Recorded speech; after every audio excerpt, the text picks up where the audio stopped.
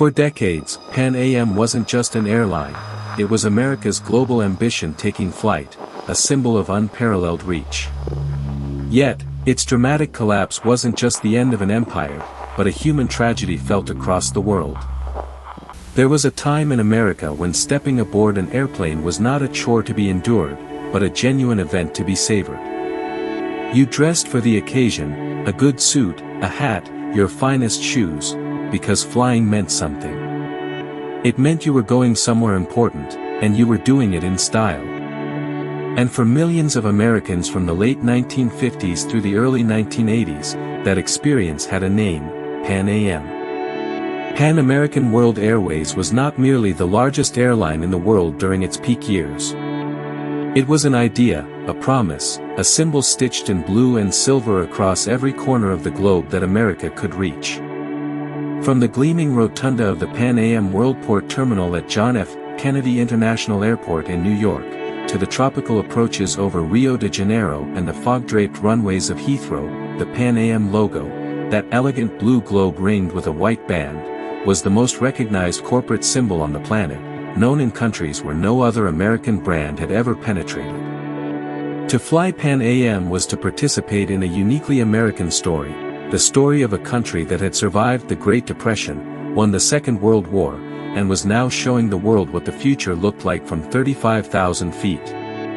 The food was real. The seats were wide.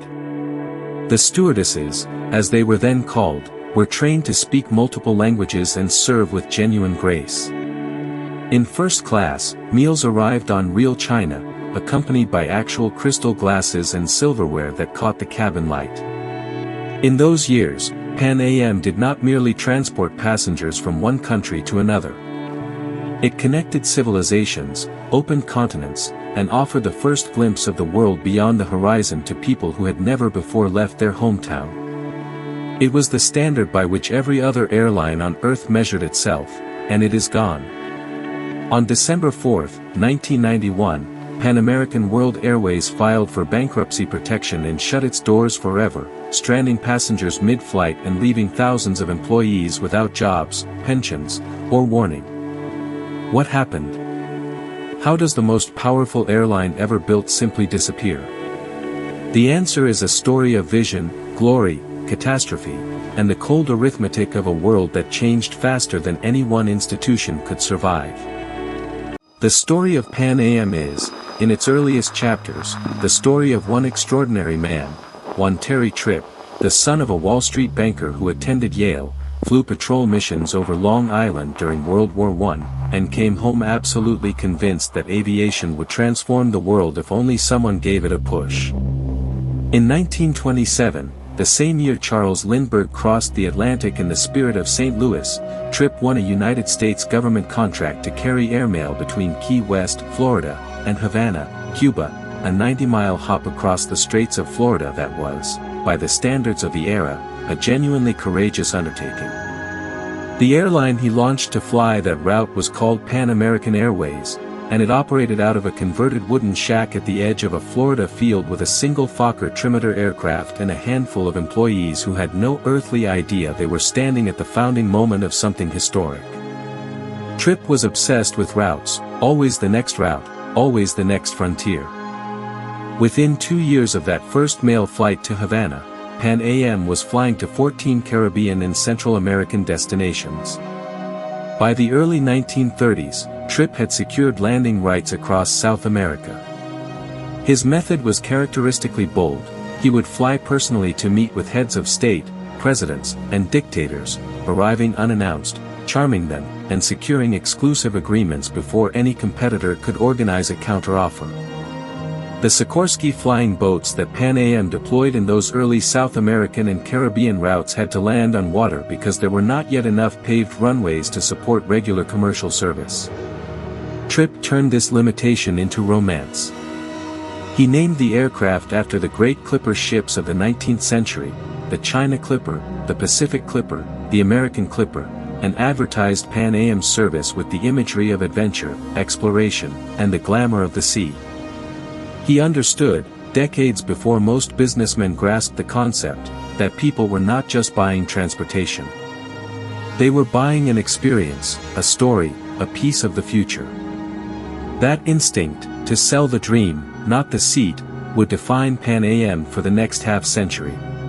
By the mid-1930s, Juan Trippe had set his sights on something that most serious aviation engineers considered impossible: regular commercial service across the Pacific Ocean. The distance from San Francisco to Manila in the Philippines is nearly 7,000 miles, an expanse of open water with no island runway close enough to guarantee a safe fuel stop except for one tiny cluster of atolls and sandbars that the United States Navy had to be persuaded to permit. Trippe ordered the construction of the Martin M-130, a massive flying boat capable of carrying passengers in a level of comfort that the aviation world had never imagined. These were the Pan American Clippers. When the China Clipper departed Alameda, California, for the first time in November 1935, the send-off was a national event. Radio broadcasts carried the sounds of the departure across the country. Tens of thousands of spectators lined the shores of San Francisco Bay. Newspapers devoted entire front pages to the moment. Americans who had never flown and likely never would watch a piece of technology sail over the Golden Gate Bridge and disappear into the Pacific sky felt something shift inside them. The Clippers were not fast, but they were extraordinary. Passengers boarded through a boarding gangway, were escorted to private staterooms, and sat down to multi-course meals on linen tablecloths. These were the most luxurious passenger cabins in the world by a considerable margin. The crossing to Manila took 5 days, with overnight stops at Midway Island, Wake Island, and Guam. The world was suddenly reachable. Trippe pushed east as well. In 1939, the Boeing 314 flying boat, even larger, even more refined than its predecessors, began regular transatlantic service between New York and Southampton, England. The cost of a one-way first-class ticket was approximately $675, roughly equivalent to $23,000 in today's money. Pan Am's passengers were diplomats, movie stars, industrialists, heads of government. They were the people for whom the phrase world stage was not a metaphor but a literal description of how they lived. The Clippers made them feel, for the first time in the history of travel, that the entire planet belonged to them. When the Japanese attacked Pearl Harbor on December 7, 1941, Pan American Airways was suddenly revealed to be something that Juan Trippe had, perhaps intentionally, always kept somewhat ambiguous: a strategic national asset that was simultaneously a private commercial company. The United States government recognized almost immediately that Pan Am's extraordinary network of routes, maintenance facilities, trained crews, and relationships with foreign governments and airfields was militarily invaluable. Within weeks of the attack, Pan Am's entire operational infrastructure was essentially folded into the American war effort. Pan Am pilots flew military transport missions across the South Atlantic, across the Pacific, across Africa and the Middle East, routes that had never been attempted before, in conditions that no civilian airline had ever been designed to handle. The Africa-Oriental route, running from Miami to Natal, Brazil, then across the narrowest point of the Atlantic to Dakar and on through equatorial Africa to Cairo and Karachi, was established almost entirely by Pan Am crews operating under contract to the Army Air Corps. 1,200 miles of African desert, with virtually no navigational infrastructure, no weather stations, no emergency landing capability. Pan Am's crews flew it anyway, week after week.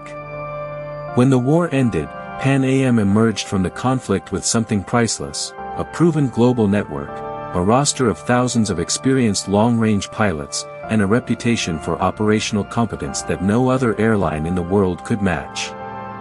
But the war had also reshaped the world in ways that would begin, slowly at first and then with gathering speed, to complicate Pan Am's dominance. Every country that had been touched by American military aviation during the war, and that was most of the world, had now built or was building its own national airline. The era of exclusive Pan Am dominance over international routes was beginning, quietly, to end.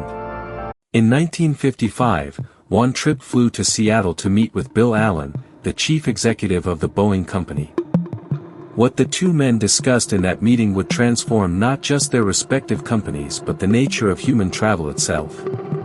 Tripp wanted to order jets. Not the British de Havilland Comet, which had been plagued by catastrophic structural failures and had already killed hundreds of passengers in spectacular crashes over the Mediterranean. He wanted Boeing to build him something new, something larger and faster and more powerful than anything that had ever flown a paying passenger, and he wanted to be the first airline in the world to operate it. The aircraft that emerged from those negotiations was the Boeing 707, the world's first commercially successful jet airliner.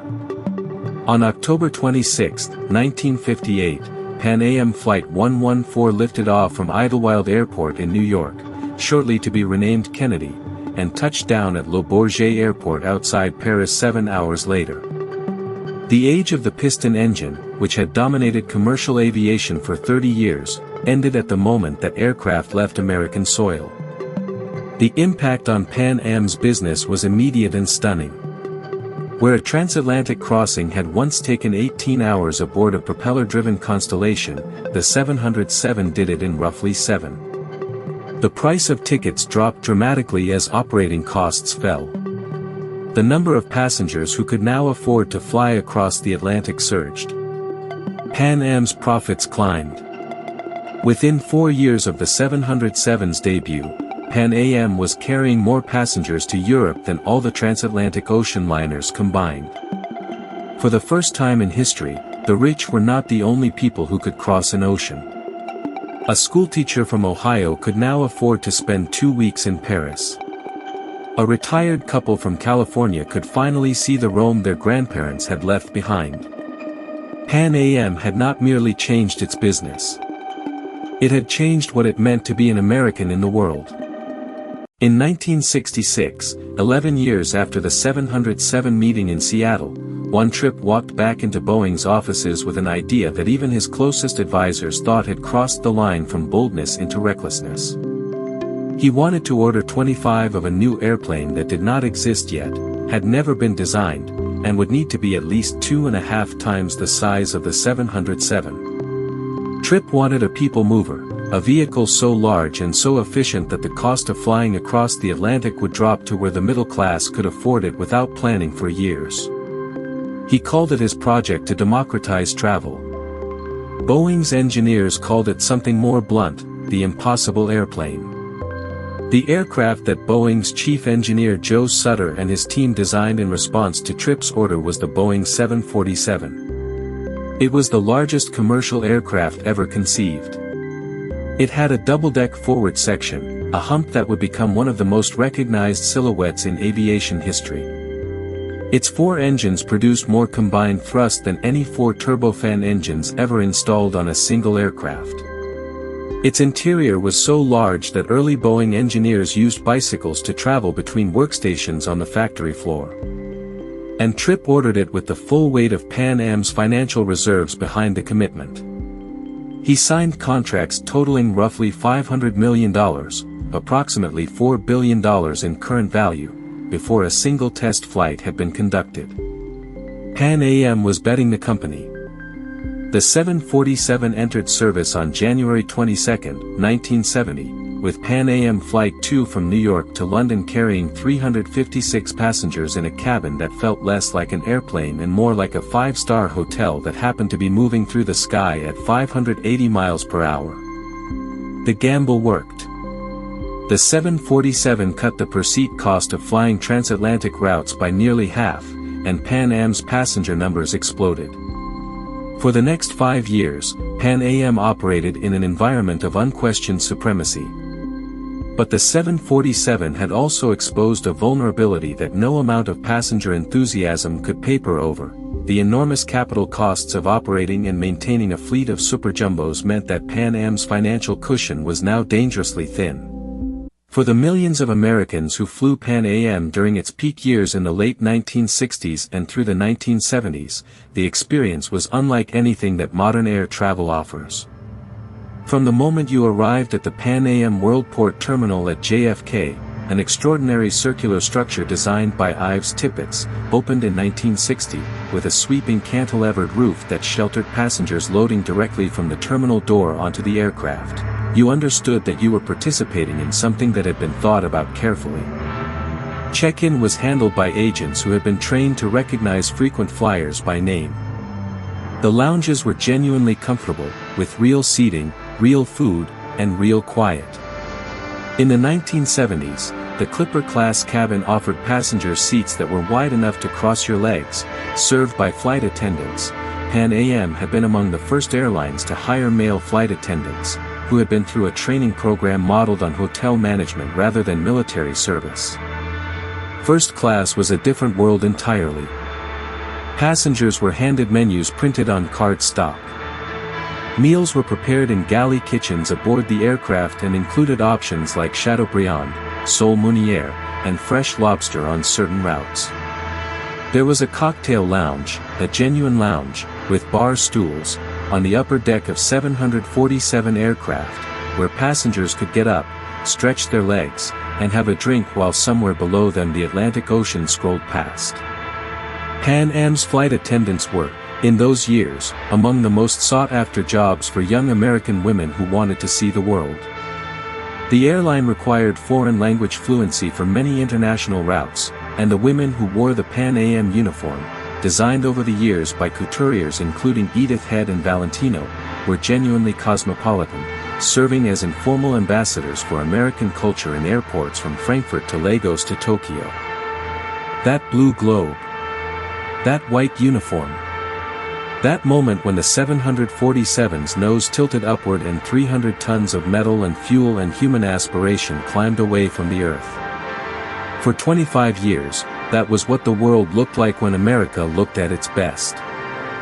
In 1978, President Jimmy Carter signed the Airline Deregulation Act, a piece of legislation that had been debated for years and was supported by economists across the political spectrum as a straightforward application of free market principles to an industry that had, since the 1930s, operated under heavy government oversight. Before deregulation, the Civil Aeronautics Board controlled which airlines could fly which routes, set minimum fares, and approved entry into the domestic market. The system was orderly, predictable, and, from the perspective of the airline executives who operated within it, eminently stable. After deregulation, all of that changed. New carriers could enter the domestic market freely. Prices could be set by competition rather than government formula. Southwest Airlines, which had been operating intrastate routes in Texas, began expanding aggressively. New People Express offered transcontinental fares that were, at their lowest, barely above the cost of a Greyhound bus ticket.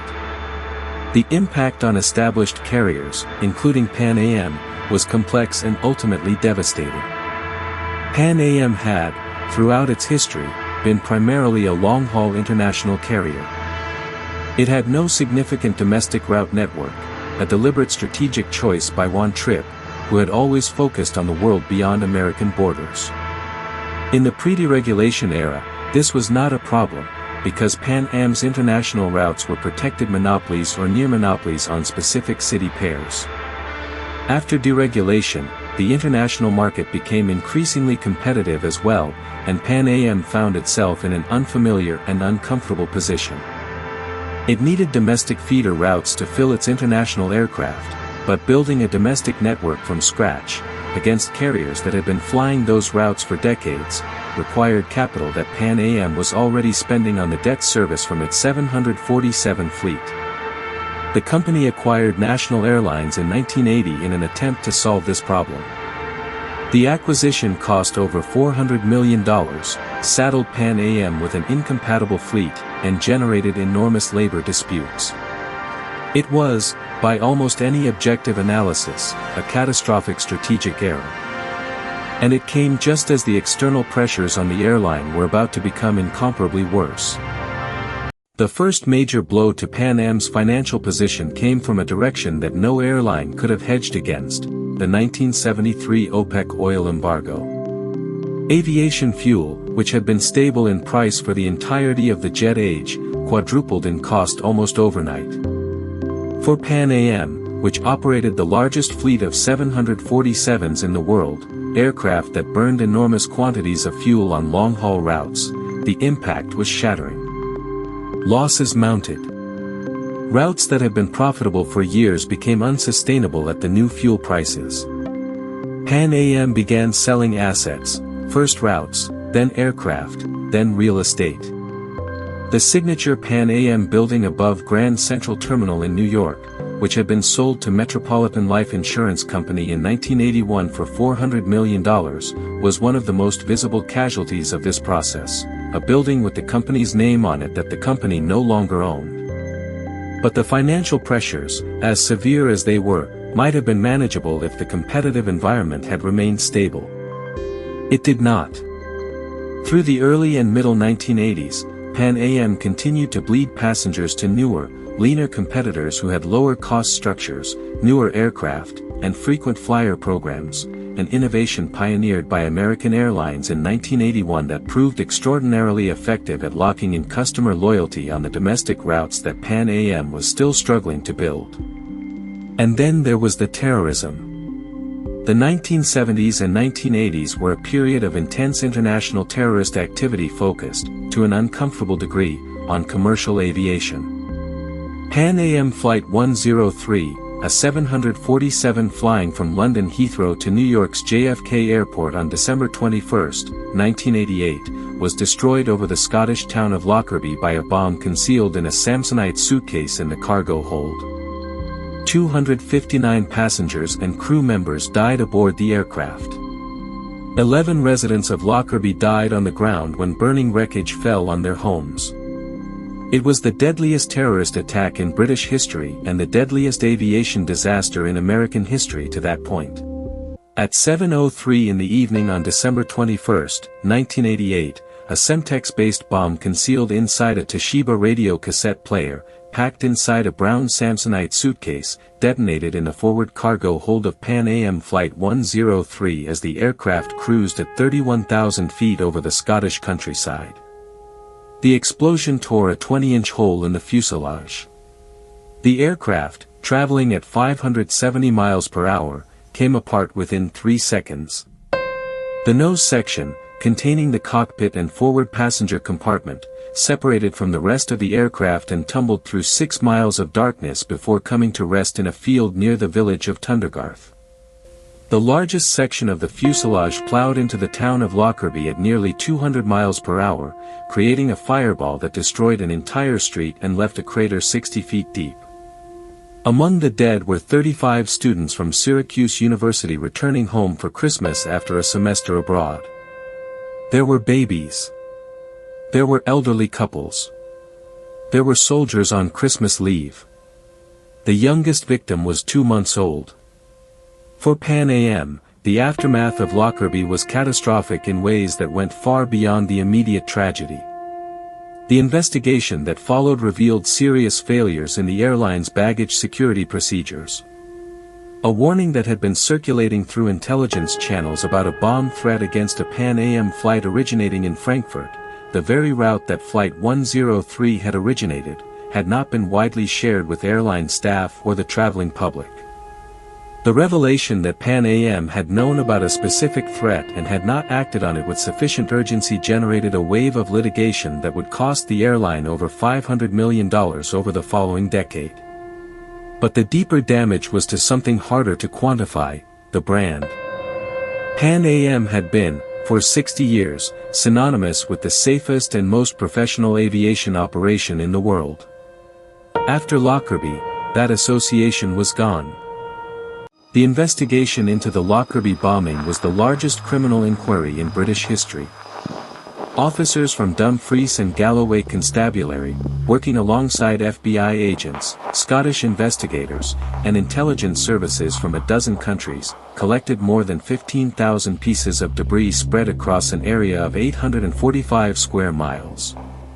The painstaking reconstruction of the cargo hold from recovered fragments eventually led investigators to a tiny piece of green circuit board, no larger than a thumbnail, that had survived the explosion embedded in a piece of clothing. The circuit board was identified as part of a timer manufactured by a Swiss company called Mebo. Mebo's records showed that the only customer ever to purchase that specific timer was the Libyan intelligence service.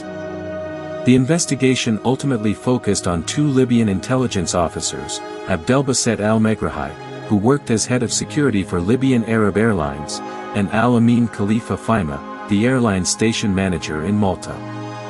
The theory reconstructed by investigators was that the bomb had been introduced into the baggage system in Malta, transferred to a feeder flight to Frankfurt, and then interlined onto Pan Am Flight 103 in London without the suitcase carrying it ever being physically matched to a passenger who had boarded. It was a security failure that exposed a systemic gap in the interline baggage procedures that virtually every major international airline was using at the time. Both men were indicted by Scottish and American prosecutors in 1991, but Libya refused to extradite them. It took until 1999, when Colonel Muammar Gaddafi finally agreed to surrender them for trial in the Netherlands under Scottish law, that justice formally began. Megrahi was convicted in 2001. Fima was acquitted. The families of the victims had waited 13 years. In the years following Lockerbie, Pan Am's management engaged in a desperate and ultimately futile series of asset sales in an attempt to generate enough cash to keep the airline solvent. The crisis was not merely financial, although the financial dimensions were severe. The airline had been losing money since the late 1970s, and the Lockerbie litigation was adding hundreds of millions of dollars to liabilities that were already crippling. The crisis was also psychological. Pan Am's most valuable asset was not its aircraft or its routes or its real estate. It was its name and the trust that name carried in the minds of the American traveling public. After Lockerbie, that trust was compromised, perhaps irreparably, and every decision to sell a piece of the company was also a decision to sell another piece of the identity that had made the company worth saving.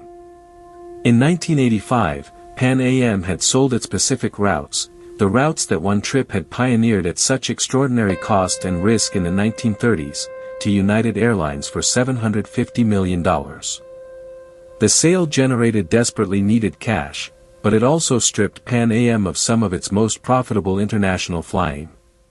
In 1991, with the airline facing immediate insolvency, Delta Airlines purchased Pan Am's transatlantic routes, its Frankfurt hub, and 35 aircraft for approximately $1.4 billion. This was the core of what Pan Am had been since 1939, the transatlantic bridge between America and Europe. Without the Atlantic routes, Pan Am was left with a truncated domestic network, a handful of Caribbean routes, and a brand name that was still known everywhere in the world but was now attached to an airline that bore almost no operational resemblance to the institution that name had once represented. The end came quickly after that. On December 4, 1991, Pan American World Airways filed for Chapter 11 bankruptcy protection for the second time in 4 months and simultaneously ceased operations. The announcement was made that evening, and by the next morning it was clear that this filing was different from the first. There was no white knight investor, no rescue package, no plan to emerge from bankruptcy as a reorganized carrier. Pan Am was simply finished. The scenes at airports across the country were chaotic and, for those who witnessed them, deeply affecting. Passengers who had boarded Pan Am flights that morning, not knowing what was coming, were stranded at departure gates when ground crews refused to work without assurance of payment. Aircraft that were already in the air completed their flights and landed, and the crews walked away, leaving the planes on the ramp. Gate agents at JFK, many of whom had worked for Pan Am for 20 and 30 years, wept openly as they tried to answer questions from passengers who didn't understand why their tickets were suddenly worthless. The last Pan Am commercial flight was Flight 436 from Bridgetown, Barbados to Miami, arriving late on the evening of December 4, 1991. The crew knew, as they descended over the Florida coast and the lights of Miami spread out below them, that they were flying the last chapter of an institution that had, more than any other single company, defined America's relationship with the world for 6 decades. The aircraft was a Boeing 727. The livery was the familiar blue and white. The blue globe with the white band was still there on the tail, exactly where it had been on every Pan Am aircraft since the 1950s.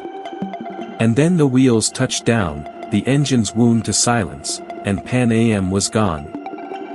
In the decades since Pan Am disappeared, the aviation industry has been transformed in ways that would have been unrecognizable to the men and women who walked away from that final flight in Miami.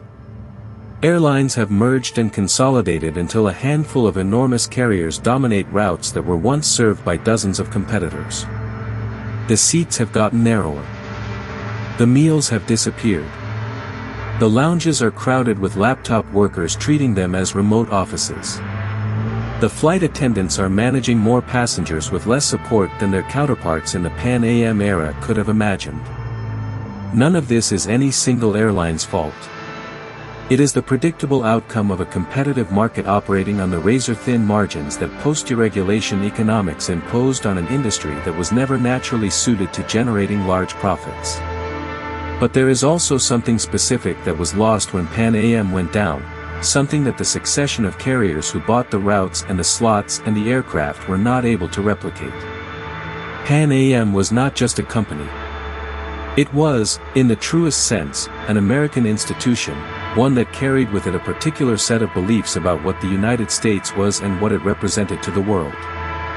The belief that America's role was to connect civilizations rather than merely to dominate them. The belief that the purpose of technology was to make the beautiful available to everyone, not just to the wealthy. The belief that a flight across the ocean was not a routine commercial transaction but a small act of human courage and aspiration. One Trip believed those things. The people who built the Clippers believed them.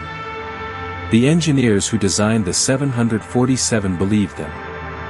And the millions of Americans who flew Pan Am in those years, and who still mention the experience with a particular kind of quiet reverence, believed them too. Pan Am has never entirely disappeared from American consciousness, which is itself a remarkable fact about a company that has been legally non-existent for more than 30 years. The blue globe appears on vintage-style merchandise that sells in airport gift shops worldwide. The Pan Am uniform remains one of the most recognizable costume references in American popular culture. A television series set in the early jet age used Pan Am's imagery to evoke an entire era of American self-confidence. The Worldport terminal at JFK stood until 2013, long after it had stopped being used for aviation, simply because New York City found it impossible to imagine demolishing something that felt so deeply connected to the city's identity. In 2011, a new company registered the Pan Am brand name and began operating charter flights under it, a ghost of the original that carried the name without the history. It failed within a few years. A brand that powerful cannot be simply attached to a new operation and revived. It carries too much memory, too much specific meaning, too much of what the original built over 60 years of exceptional and often genuinely courageous operation. What the Pan Am name represents to the millions of Americans who remember it is not merely nostalgia for a particular airline. It is nostalgia for a particular moment in American history, a moment of expansion and optimism and genuine belief that the world was getting better, and that Americans had a specific and positive role to play in making it so. That moment, like Pan Am itself, is gone. But it was real. It happened. For 6 extraordinary decades, an airline built out of a Florida mail contract and a young banker's conviction that the sky was not a limit but an invitation carried that belief to every corner of the world. We will not see its like again. Before you go, here's the thing. Every week we investigate another mystery the world could never solve. Subscribe so you don't miss the next one. And here's the most important part. The next case we investigate could be yours. Tell us in the comments which unsolved mystery, disappearance, or disaster we should cover next. We read every suggestion, and the stories that stay with you are the ones we bring to life.